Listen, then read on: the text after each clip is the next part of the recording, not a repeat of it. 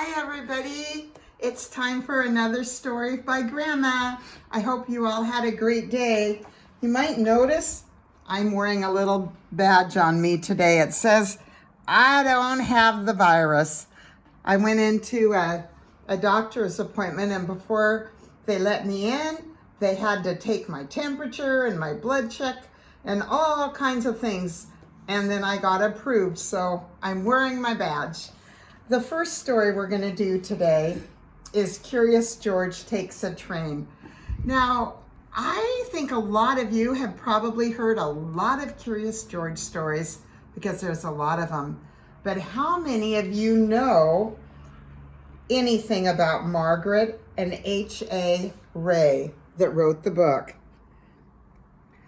I would like you to have your mom and dads Google it for you and find out a little bit more about their story.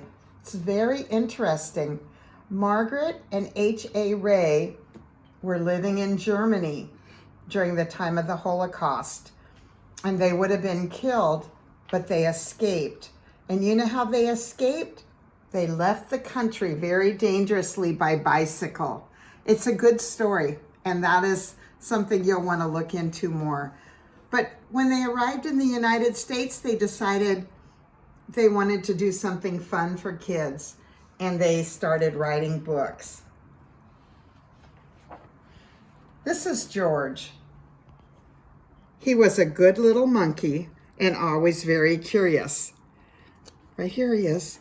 This morning, George and the man with the yellow hat were at the train station. They were taking a trip to the country with their friend, Mrs. Needleman, but first they had to get tickets. Inside the station, everyone was in a hurry. People rushed to buy newspapers to read and treats to eat. Then they rushed to their train cars. But one little boy with a brand new toy engine was not in a hurry, nor was the small crowd next to him. They were just standing one in one spot, looking up.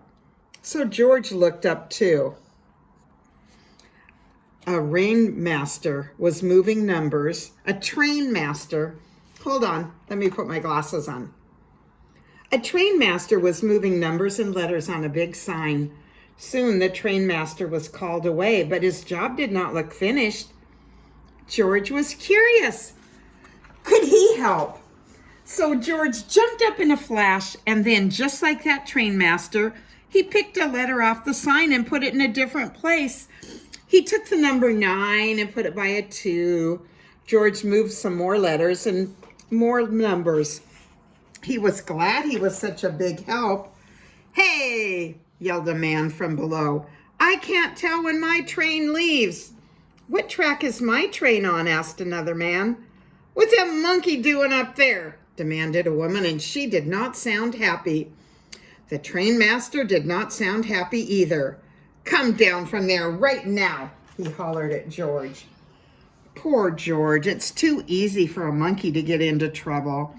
But luckily for George, it's also very easy for a monkey to get out of trouble. Right then, the conductor shouted, "All aboard!" A crowd of people rushed toward the train, and George simply slid down a pole.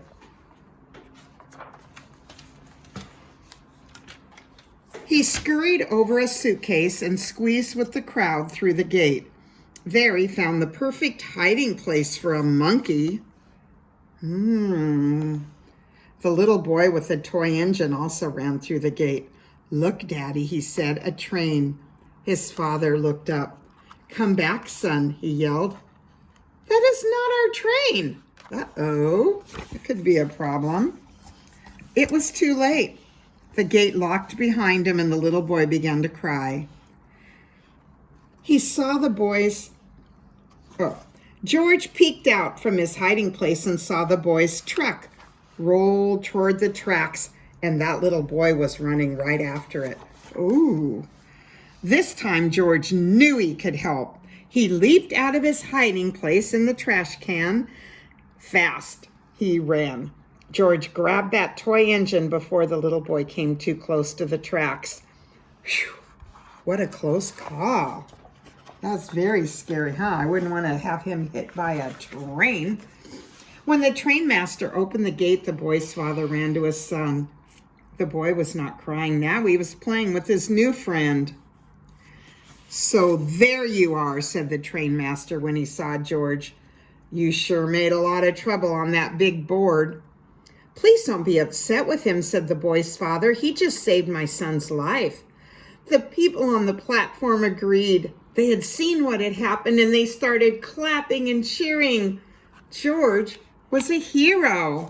And then the man with the yellow hat arrived with Mrs. Needleman. "It's time to go," Georgie said. "Here comes our train." "That's our train too," the father said. The little boy was so excited. "Can George ride with us?" he asked.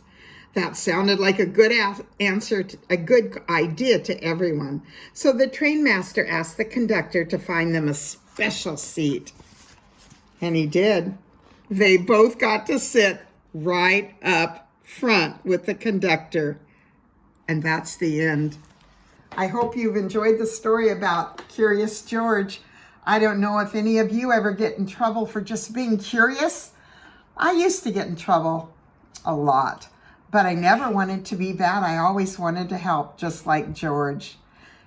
I hope you go to bed tonight and have happy dreams of trains and boys and all kinds of good things. I love you.